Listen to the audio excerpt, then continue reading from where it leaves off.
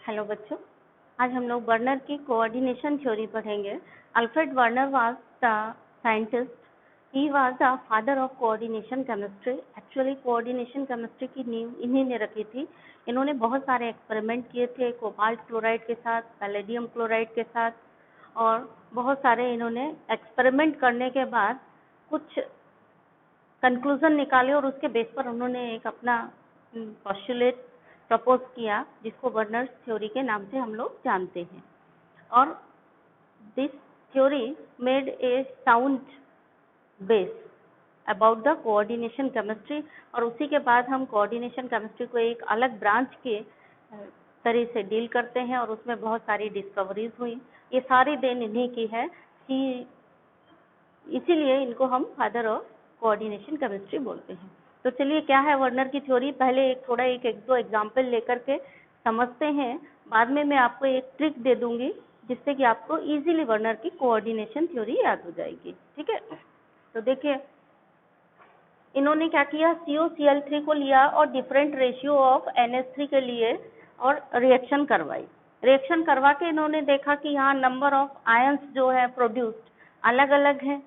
तो जो ion produce है उसके बेस पर इन्होंने ये कॉम्प्लेक्स के फॉर्मूले इंडिकेट किए कि क्या क्या फॉर्मूला हो सकता है कॉम्प्लेक्स का। वही चीज है, उसी को हम लोग डिस्कस करते हैं। इन्होंने कैसे एक्सप्लेन किया होगा उसको समझिए। जैसे COCl3 6NH3 है, तो इन्होंने देखा कि यहाँ पर टोटल जो नंबर ऑफ आयंस प्रोड्यूस्ड होते हैं वो 4 होते हैं। ठीक है, यहाँ पे जो आयन प्रोड्यूस हो रहे हैं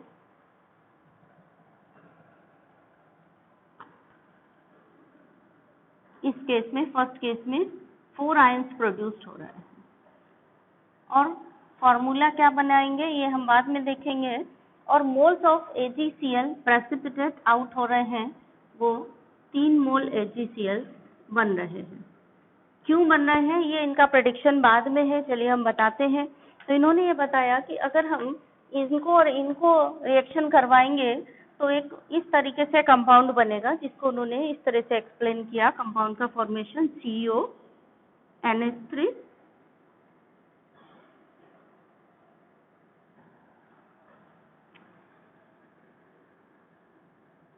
इस तरह से।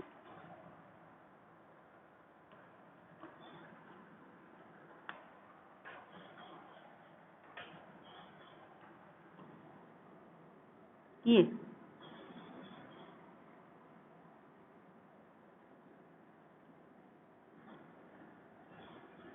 उन्होंने बताया कि ये अमोनिया यहाँ पर प्रेजेंट है और कोबाल्ट की ये 6 बैलेंसी हैं कोबाल्ट की, और कुछ और बैलेंसेस भी होती हैं, वो ये है कोबाल्ट की। जो 3 Cl लगे हैं वो इस तरह से इसमें जुड़े हुए हैं। इसको इन्होंने डॉटेड लाइन से इंडिकेट किया। डॉटेड लाइन से इंडिकेट इसलिए किया क्योंकि उन्होंने बताया कि ये जो डॉटेड लाइन वाली है ये पानी में जब हम घोलेंगे तो ये आयनाइज हो जाएंगी, लेकिन जो ये वाले लाइन की हैं वो आयनाइज नहीं होंगी। तो इस हिसाब से इन्होंने जब फॉर्मूला इसका बनाया, यानी फॉर्मूला इस हिसाब से लिखा कि जो आयनाइज हो जाएगा उसको ब्रैकेट के बाहर रख दो, जो आयनाइज नहीं होगा उसको ब्रैकेट के अंदर। तो ये 3 आयनाइज हो जाएंगे जो डॉटेड लाइन वाले Cl हैं। तो इसका फॉर्मूला लिखने के लिए उन्होंने क्या किया, इस तरह से फॉर्मूला लिखा, CO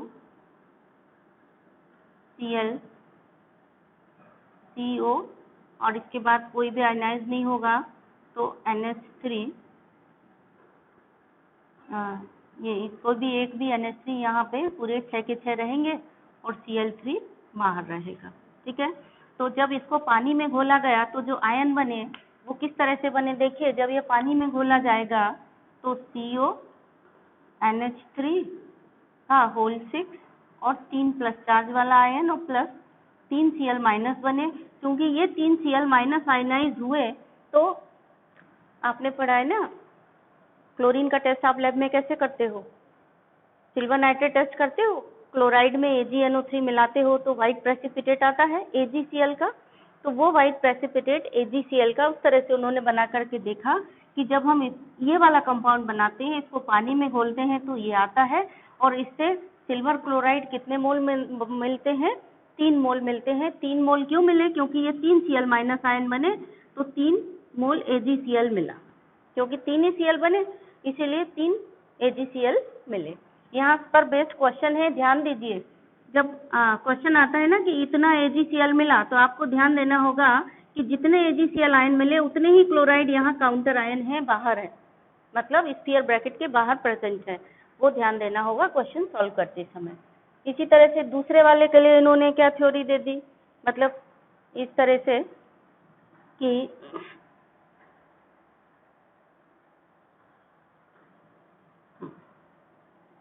दूसरा किस तरह से बना होगा, CO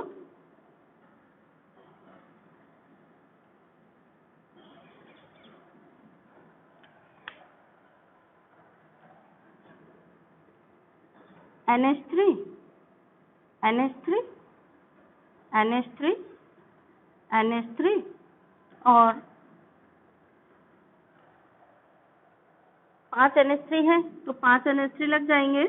एक बैलेंसिंग इसकी खाली है, तो यहाँ पर इसको सेटिस्फाई करने के लिए एक Cl लग जाएगा, और ये इस तरह से सिंगल बॉन्ड वाला Cl भी रहेगा, और ये वाला भी बॉन्ड बना देगा, और एक Cl ये और एक Cl ये, 3 Cl है यहाँ पर COCl3 के, तो ये ऐसा रहेगा। और जो वाला Cl इस तरह से ये वाली बैलेंस को, अमोनिया की जो बैलेंस खाली रह गई है उसको सेटिस्फाई कर रहा है। अब की बार जब हम इसको पानी में घोलेंगे तो ये Cl आयनाइज नहीं होगा, यानी यहाँ पर क्या होगा, स्ट्रक्चर इसका क्या बनेगा, कॉम्प्लेक्स का CO, फिर एक जो Cl अंदर था वो भी यहाँ बनाएंगे, और फिर NH3 का होल 5, और बचे 2 Cl जो आयनाइजेबल हैं, जो बाहर चले जाएंगे, वो ऐसे। ये इन्होंने स्ट्रक्चर ऐसा क्यों बनाया, ऐसा नहीं कि पहले इन्होंने ये स्ट्रक्चर बनाया फिर वो, उन्होंने पहले एक्सपेरिमेंट किया तो ये देखा कि जब हम इससे जो भी कॉम्प्लेक्स बना, मतलब इन दोनों की रिएक्शन से जो भी कॉम्प्लेक्स बन रहा है, वो यहाँ पर क्या केवल 3 आयन दे रहा है, 3 आयन प्रोड्यूस कर रहा है, 3 आयन्स प्रोड्यूस कर रहा है। इसका मतलब 3 आयन्स प्रोड्यूस कर रहा है, और उसमें भी जो AgCl बन रहे हैं वो कितने बन रहे हैं, वो 2 मोल AgCl बन रहे हैं, 2 मोल AgCl बन रहे हैं। तो इनका मतलब ये हुआ कि 2 Cl ही काउंटर आयन है, यानी कि स्फीयर के बाहर है, इसलिए उन्होंने ये स्ट्रक्चर प्रिडिक्ट किया, क्योंकि 2 Cl बन रहे थे। और टोटल आयन कितने बन रहे थे, टोटल आयन बन रहे थे यहाँ पे CO Cl NH3 का होल 5, और ये 2 प्लस चार्ज और 2 Cl माइनस, यानी टोटल 3 आयन बने। और AgCl कितने प्रोड्यूस हुए, 2। इसका मतलब ये हुआ कि इस कॉम्प्लेक्स में 2 Cl बाहर हैं, तो 2 Cl उन्होंने बाहर, मतलब इसका मतलब उन्होंने कहा कि ऐसा 2 AgCl बन रहा है, तो मतलब स्ट्रक्चर ये होना चाहिए कॉम्प्लेक्स का, तो उन्होंने ये स्ट्रक्चर प्रपोज किया। ऐसे थर्ड वाले केस में क्या था, अच्छा इसमें डिफरेंट कलर भी आ रहा था, जैसे जो ऊपर वाला है ये, इसका कलर आ रहा था येलो कलर, और जो इसके नीचे वाला है उसका कलर आ रहा था पर्पल, यानी ये येलो कलर दे रहा था और ये पर्पल कलर प्रोड्यूस कर रहा था। अब ये वाले स्ट्रक्चर में क्या हो रहा था, ये प्रोड्यूस कर रहा था ग्रीन कलर, और इन्होंने इसके लिए प्रपोज किया कि ये स्ट्रक्चर दे रहा होगा Cl2 NH4 का NH3 का होल 4 और Cl, क्योंकि इसके आयनाइजेशन पर 1 मोल AgCl मिला इनको। इसका मतलब ये हुआ कि एक ही Cl बाहर है, और जो COCl3 में से 2 Cl यहीं रह गए, Cl2 और NH3 होल 4 बन गया, और एक Cl बाहर चला गया, जो कि आयनाइज होने पर टोटल 2 आयन प्रोड्यूस हो रहे हैं। टोटल आयन्स 2 प्रोड्यूस हो रहे हैं। कैसे हो रहे हैं, देखिए COCl2 NH3 का होल 4 Cl, ये 1 प्लस और प्लस 1 Cl माइनस। इसका कलर इन्होंने बताया कि ये ग्रीन कलर का है कॉम्प्लेक्स। फिर ये फोर्थ वाले में भी 4NH3 ही लिया था, बट ये ग्रीन के बजाय वायलेट कलर का मिला इनको। तो वायलेट कलर वाले में भी क्या था, स्ट्रक्चर सेम था, ये वायलेट कलर का है, वॉयलेट कलर वाले में भी देखिए स्ट्रक्चर सेम था, स्ट्रक्चर यही निकला, कैसा, COCl2 NH3 और Cl। क्यों निकला? क्योंकि ये भी 1 मोल AgCl बना रहा था। Ag सिल्वर क्लोराइड के साथ 1 मोल AgCl बनाया इसने, सिल्वर क्लोराइड के साथ नहीं, सिल्वर नाइट्रेट के साथ, AgNO3 के साथ रिएक्शन करने पर 1 मोल AgCl बनाया इसने। इसका मतलब एक ही क्लोरीन इसमें भी बाहर है। तब ये दो देखिए सेम स्ट्रक्चर हैं लेकिन कलर अलग अलग है, तो इन्होंने इनको क्या नाम दे दिया कि ये आइसोमर हैं एक दूसरे के, क्योंकि स्ट्रक्चर सेम है लेकिन प्रॉपर्टीज डिफरेंट है। तो सेम स्ट्रक्चर पर different properties, so they are isomers. और ये जो इन्होंने निकाला, मतलब ये भी आयनाइज होके 2 ही आयन बना रहा था। क्या आयन बना रहा था? COCl2 NH3 का होल 4 प्लस Cl माइनस। ठीक है, ये ऑब्जर्वेशन था इनका। टोटल आयन यहाँ पे कितने प्रोड्यूस हुए? 2 आयन यहाँ भी प्रोड्यूस हुए और 2 आयन यहाँ भी प्रोड्यूस हुए। तो आपने इनका पैटर्न देखा बर्नर का, जितने AgCl बने उतने क्लोरीन ही इन्होंने स्फीयर के ब्रैकेट के बाहर निकाल करके रखे। जैसे इस केस में 3 AgCl बने तो 3 Cl निकाले बाहर, 2 AgCl बने तो 2, यहाँ 1 मोल है तो 1 Cl, यहाँ 1 मोल AgCl है तो 1 Cl। ये ऑब्जर्वेशन मैंने आपको बताया सिंपली, ऐसे आपको रटना नहीं है, केवल इसको पढ़ना है, समझना है, बस हो गया। अब इसके बेस पर इनका एक्सप्लेनेशन की बर्नर की जो कोऑर्डिनेशन थ्योरी है वो इन्होंने प्रपोज की, वो क्या है? वो कोऑर्डिनेशन थ्योरी के लिए हमने आपको एक शुरुआत में कंपाउंड लिखवाया था ये वाला, कि इसमें पूरी बर्नर की कोऑर्डिनेशन थ्योरी छिपी हुई है। यानी अगर हम इसको ऐसा लिख लें, देखो CONH3 6Cl3। अभी आप इसी कंपाउंड में से सारे पॉइंट निकालेंगे बर्नर की कोऑर्डिनेशन थ्योरी के। देखिए क्या है, इन्होंने बर्नर ने ये बताया कि जो मेटल है इसमें 2 तरीके की बैलेंसी होती है। पहला पॉइंट पोस्टुलेट का कि metal has 2 type of valency. ये जो उन्होंने स्ट्रक्चर बनाए ये इसी बेस पर बनाए। इन्होंने बताया कि मेटल है, मेटल की 2 टाइप की बैलेंसी है, एक प्राइमरी बैलेंसी और एक सेकेंडरी बैलेंसी। जो डॉटेड लाइन से इन्होंने खींची है ये प्राइमरी बैलेंसी है और ये सेकेंडरी बैलेंसी है।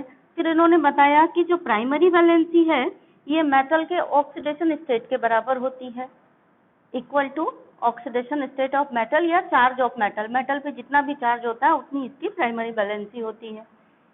जो सेकेंडरी बैलेंसी होती है वो फिक्स होती है।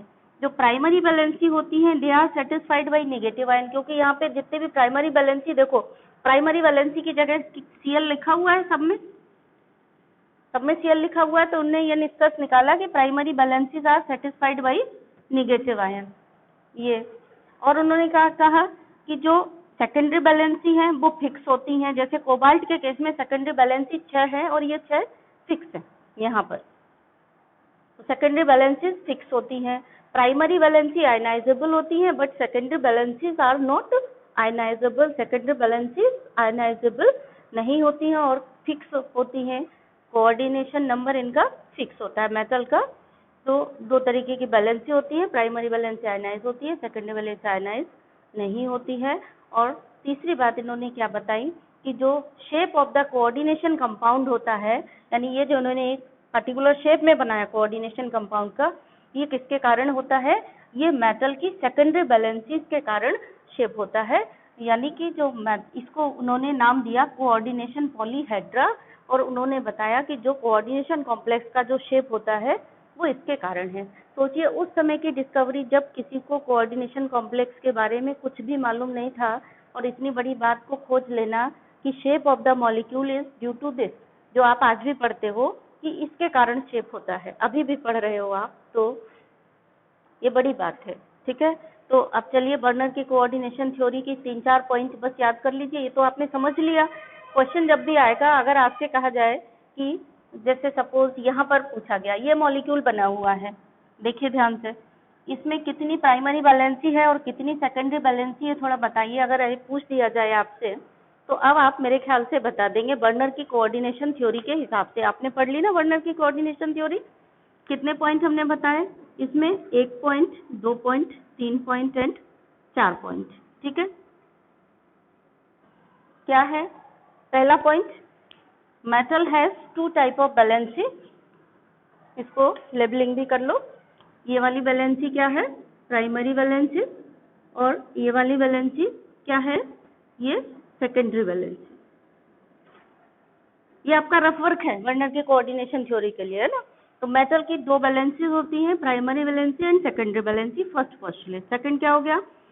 Primary valencies are ionizable and are satisfied by negative ligand. देखो नेगेटिव लिगेंड है तो रटने की जरूरत नहीं है। Primary valencies are ionizable and are satisfied by negative ligand. दूसरी बात, तीसरी बात पे आ गया यहाँ पर। तीसरा पोस्टुलेट क्या था? जो सेकेंडरी वैलेंसीज है, हाँ, और एक यहीं पे पॉइंट बढ़ा सकते हो इसी में आगे कि primary valencies are ionizable and are satisfied by negative ligand and these are equal to the charge on central atom. यानी जब सेंट्रल एटम अकेला है उस पर जो भी चार्ज है उसके चार्ज के बराबर होती है प्राइमरी वैलेंसी। दूसरा पॉइंट हो गया। तीसरा पॉइंट क्या हुआ? Secondary valencies are for a metal are fix and these are non ionizable. ये नॉन आयनाइजेबल है और दे आर सेटिस्फाइड बाई, यहाँ पे देख लो, नेगेटिव और न्यूट्रल लिगेंड। यहाँ पे अकेला न्यूट्रल है, आप यहाँ पे देख लो या कुछ भी समझ लो। ये किससे सेटिस्फाइड होती है? नेगेटिव और न्यूट्रल लिगेंड से सेटिस्फाइड होती है सेकेंडरी वैलेंसी। तीसरा पॉइंट। चौथा पॉइंट क्या हो गया? The shape of the coordination compound is due to coordination polyhedra.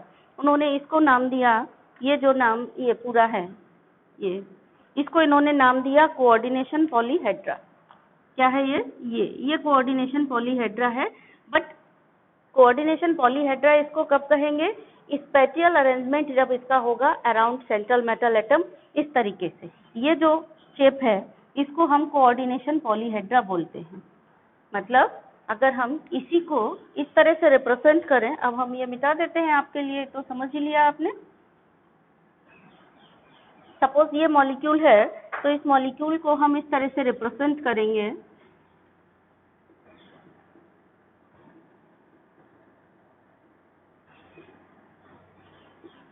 तब हम इसको क्या कहेंगे? तब ये कहलाएगा कोऑर्डिनेशन पॉलीहेड्रा। इसको हम कोऑर्डिनेशन पॉलीहेड्रा कहेंगे। और 3 Cl यानी Cl3 इससे बाहर। तो ये जो शेप है, मतलब जो मॉलिक्यूल का शेप है वो इसके कारण है। किसके कारण? कोऑर्डिनेशन पॉलीहेड्रा के कारण। यानी इसको हम क्या कहते हैं? इसका नाम याद कर लो, क्या नाम है इसका नाम? ये जो स्क्वायर ब्रैकेट के अंदर स्पेटियल अरेंजमेंट है, it is called as coordination polyhedra. तो क्लियर हो गया बच्चों। वर्नर की कोऑर्डिनेशन थ्योरी जब भी पूछी जाए, पूछी तो पूरी थ्योरी नहीं जाएगी, बट प्राइमरी वैलेंसी क्या है, सेकेंडरी वैलेंसी क्या है, ऐसे पूछा जाएगा तो आप बता सकते हो। या किसी भी कोई भी कंपाउंड दे दिया और उसके केस में पूछा कि प्राइमरी वैलेंसी कितनी है, सेकेंडरी वैलेंसी कितनी है। सपोज यही कंपाउंड अभी छपा हुआ है, अभी पूरा मैंने मिटाया नहीं है, इसी में देख लो जरा। अगर पूछा गया, ये 5 था, ये पूछा गया कि इसमें प्राइमरी वैलेंसीज कितनी है, तो प्राइमरी वैलेंसीज कितनी है यहाँ पर देखो तो इसकी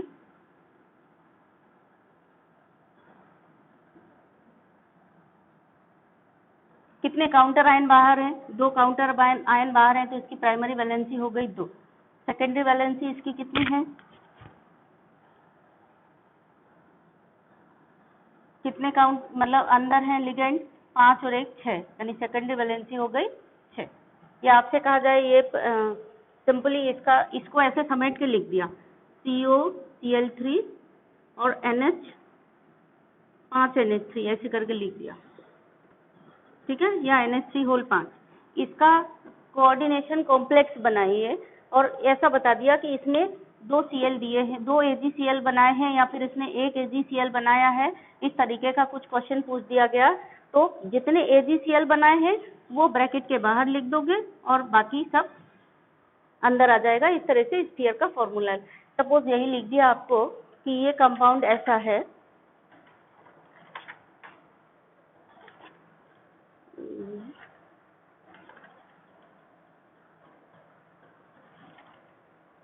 मैं बता रही हूँ, हाँ, इस तरह से दे दिया आपको COCl3 5 NH3 और ये कंपाउंड है, और जब इसकी AgNO3 से रिएक्शन कराई गई, इसको पानी में घोला गया और AgNO3 से रिएक्शन कराई गई, तो इट गिव्स 2 AgCl। जिसने 2 AgCl दिए, अब आप इसका फॉर्मूला लिखिए, कोऑर्डिनेशन कॉम्प्लेक्स का फॉर्मूला लिखिए। तो फॉर्मूला लिखने के लिए बस आपको इतना दिमाग चलाना है यहाँ पर कि इसने 2 AgCl दिए, इसका मतलब 2 Cl बाहर आएंगे, यानी इसका जो फॉर्मूला लिखा जाएगा वो कैसे लिखा जाएगा, CO और NH3 का होल 5 अंदर कर दिया और 2 Cl बाहर कर दिए और 1 Cl बचा उसको अंदर कर दिया। और इसी पे पूछ गया प्राइमरी वैलेंसी क्या है, सेकेंडरी वैलेंसी क्या है, तो आप बता देंगे कि प्राइमरी वैलेंसी कितनी है इसकी, जो स्फीयर के बाहर है वो प्राइमरी वैलेंसी, जो अंदर है वो सेकेंडरी वैलेंसी। हो गया आपका आंसर। इस तरह से यहाँ पर क्वेश्चन पूछा जाएगा बर्नर की कोऑर्डिनेशन थ्योरी पर। तो फिर से एक बार चलिए रिवाइज कर लेते हैं, बर्नर की कोऑर्डिनेशन थ्योरी क्या है। जब भी पूछा गया तो बर्नर की कोऑर्डिनेशन थ्योरी बनाने के लिए हमको क्या करना है, CO, यही वाला कंपाउंड ले लेते हैं, चलिए ये ले लेते हैं CO, फिर ले लिया Cl और यहाँ हो गया NH3 का होल 5 और Cl2। अब बर्नर की पूरी कोऑर्डिनेशन थ्योरी आ गई इसमें। क्या है कोऑर्डिनेशन थ्योरी, नंबर 1 पॉइंट क्या हो गया कि 2 वैलेंसी होती है, एक ये प्राइमरी वैलेंसी ये वाली और एक ये सेकेंडरी वैलेंसी जो इनके कारण है, ये सेकेंडरी वैलेंसी हो गई। यानी metal has 2 type of valency, primary and secondary valency. दूसरा पॉइंट क्या हो गया, प्राइमरी वैलेंसीज और प्राइमरी वैलेंसी क्या है, आर आयनाइजेबल, पता ही है ना, दिख रहा है आपको आयनाइजेबल है। Primary valencies are ionizable and satisfied by negative ligand. Secondary valencies are non-ionizable and are satisfied by negative and neutral ligand। ठीक है, प्राइमरी वैलेंसीज की संख्या कितनी होती है, it is equal to charge on atom. Atom यानी central atom पे जितना भी चार्ज होगा उसके बराबर प्राइमरी वैलेंसी होती है। और सेकेंडरी वैलेंसीज आर फिक्स, और यहाँ जैसे कोबाल्ट के केस में फिक्स है, कितनी है, 6 सेकेंडरी वैलेंसीज होती है। तो ये हो गया। देन लास्ट क्या हो गया, shape of the coordination complex is due to coordination polyhedra. अब कोऑर्डिनेशन पॉलीहेड्रा क्या है, ये अपने आप में 1 नंबर का A+ ग्रेड का क्वेश्चन हो गया, इसको नोट कर लीजिए। What is coordination polyhedra. Coordination polyhedra क्या होता है, with in sphere bracket the spatial arrangement of the ligand around the central metal atom is called as the coordination polyhedra। ठीक है बच्चों, आपने बर्नर की कोऑर्डिनेशन थ्योरी कितनी समझी है उसको टेस्ट कर लेते हैं। आपके लिए एक क्वेश्चन है, इसको आपको सॉल्व करना है। ठीक है, तो क्वेश्चन ये है, देखिए पढ़िए क्या है। On the basis of the following solution made with aqueous solutions assign secondary valences and primary valencies to the central atom and also write, यहाँ सॉल्यूशन की जगह ऑब्जर्वेशन लिख लीजिए। On the basis of the following observation made,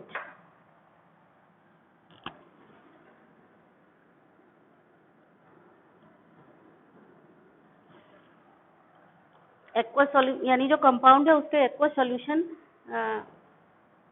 के AgNO3 मिलाया गया, तो इस तरह से हमको ये ऑब्जर्वेशन मिला।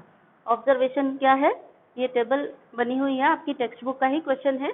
ये फॉर्मूला मिला, ये इतने AgCl मिले, यहाँ पे इतने मिले, इतने, जब हमने उसके सॉल्यूशन में यानी जो कॉम्प्लेक्स है उसके सॉल्यूशन में हमने AgNO3 एक्सेस में मिलाया तो हमको इतना इतना AgCl मिला। तो हमें निकालना है क्या है, देखिए हमारा क्वेश्चन क्या है। क्वेश्चन बुक में थोड़ा कम दिया गया है, मैंने इसको अपनी मर्जी से थोड़े 2-3 पार्ट इसके और बढ़ा लिए हैं। ठीक है ना, तो देखिए सेकेंडरी बैलेंसेस निकालनी है हमको, यहाँ पर हमको यहाँ पे प्राइमरी बैलेंसेस निकालनी है of the central metal atom. Central metal atom की प्राइमरी सेकेंडरी बैलेंसी निकालनी है। Also we have to write the formula of coordination complex, हमें कोऑर्डिनेशन कॉम्प्लेक्स का फॉर्मूला भी लिखना है। ठीक है, तो चलिए कैसे करेंगे, हम एक टेबल बना लेते हैं मेटल की प्राइमरी वैलेंसी के लिए, सेकेंडरी वैलेंसीज के लिए और फॉर्मूला के लिए। ठीक है, तो चलते हैं, ये टेबल एक बना लेते हैं।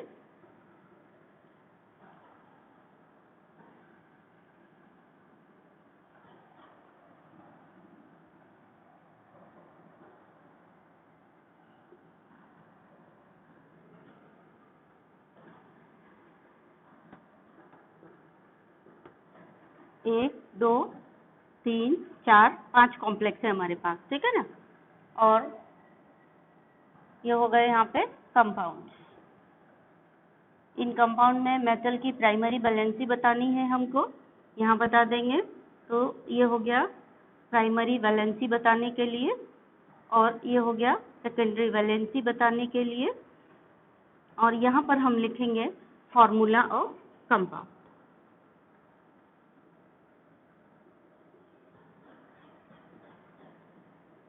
चलिए, तो सबसे पहले लेते हैं पहला कंपाउंड PdCl2 4NH3।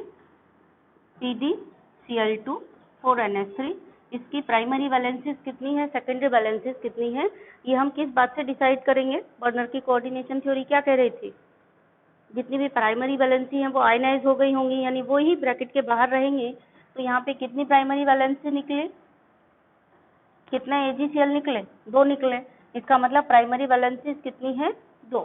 तो कौन आयनाइज हुआ होगा, यहाँ से 2 Cl आयनाइज हुए होंगे, यानी प्राइमरी वैलेंसीज कितनी हो गई, 2 हो गई। फिर सेकेंडरी वैलेंसी कितनी बची, यानी 4 NH3 बचे। ये क्या हो गया, ये इनकी सेकेंडरी वैलेंसी हो गई 4। एंड देन कंपाउंड का फॉर्मूला हम क्या लिखेंगे, PdCl2 NH3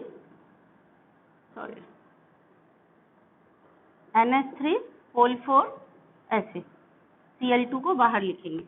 PD NH3 का होल 4 और Cl2 को बाहर इस तरह से लिखेंगे फॉर्मूला। देन नेक्स्ट देखिए NiCl2 6H2O, इसमें क्या है,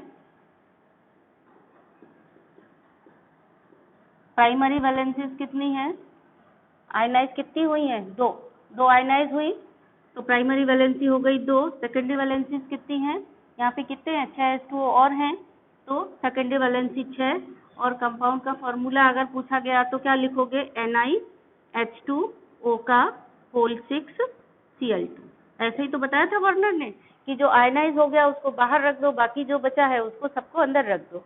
तो ये हो गया। देन नेक्स्ट है PtCl4 2HCl। PtCl4 2HCl, तो यहाँ पे प्राइमरी वैलेंसी क्या है, देखिए 0, कुछ भी आयनाइज नहीं हुआ तो ये सब कुछ ब्रैकेट के अंदर आ जाएगा, ये प्राइमरी वैलेंसी 0 है। तो सेकेंडरी वैलेंसी क्या हो गई, यानी ये सब ब्रैकेट के अंदर होगा, तो ये 4 हो गई सेकेंडरी वैलेंसी। यानी फॉर्मूला क्या हो गया, PtCl2HCl ब्रैकेट 1। देन नेक्स्ट है आपका COCl3 4NH3।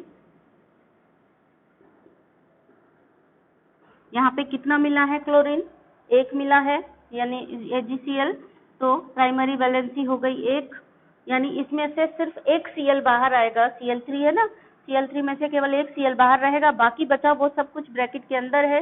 यानी अब फॉर्मूला क्या हो गया इसका, COCl2 और NH3 का होल 4 ये। तो हम ये बेटा बर्नर के हिसाब से बना दिए हैं। अभी के हिसाब से तो आपको क्या होना चाहिए, NH3 पहले होना चाहिए, Cl2 बाद में होना चाहिए, क्योंकि पहले न्यूट्रल लिगेंड फिर निगेटिव लिगेंड होते हैं। पर बर्नर को उस समय ये चीज़ नहीं पता थी, हाँ, IUPAC नेमिंग वाली, तो उन्होंने इस तरह से। अब इसकी सेकेंडरी वैलेंसीज कितनी हो गई, तो देखिए सेकेंडरी वैलेंसी कितनी है, 4 2 6। बढ़िया क्वेश्चन है ये एग्जाम में, यानी कि ये 2 साल पहले आया है एग्जाम में, ऐसे ही थोड़ा बहुत फेरबदल करके। और जिस साल ये आया है उस साल बच्चों के इसी के कारण 70 आउट ऑफ 70 नंबर नहीं आ पाए, क्योंकि जो बच्चे ये वाला नहीं कर पाए थे तो वो कहाँ पर अटके हैं, जाकर के 70 में से 67 पर अटके हैं जाकर के, सिर्फ इस क्वेश्चन के कारण, है ना। द नेक्स्ट है PtCl2 2NH3। तो इसमें देखिए कितना है, AgCl आयनाइज होके हुआ है 0, यानी इसकी प्राइमरी वैलेंसीज क्या हो गई, 0, यानी इसमें एक भी Cl बाहर नहीं होगा इस स्फीयर के बाहर, यानी 2 NH3 और 2 Cl2 दोनों के दोनों अंदर ही होंगे। तो सेकेंडरी वैलेंसी हो गई इसकी 4, और फॉर्मूला क्या हो गया कंपाउंड का, P2Cl2 NH3 का होल 5। तो बच्चों समझ गए आप कैसे हमें कंपाउंड का फॉर्मूला लिखना है, कैसे प्राइमरी और सेकेंडरी वैलेंसी निकालनी है।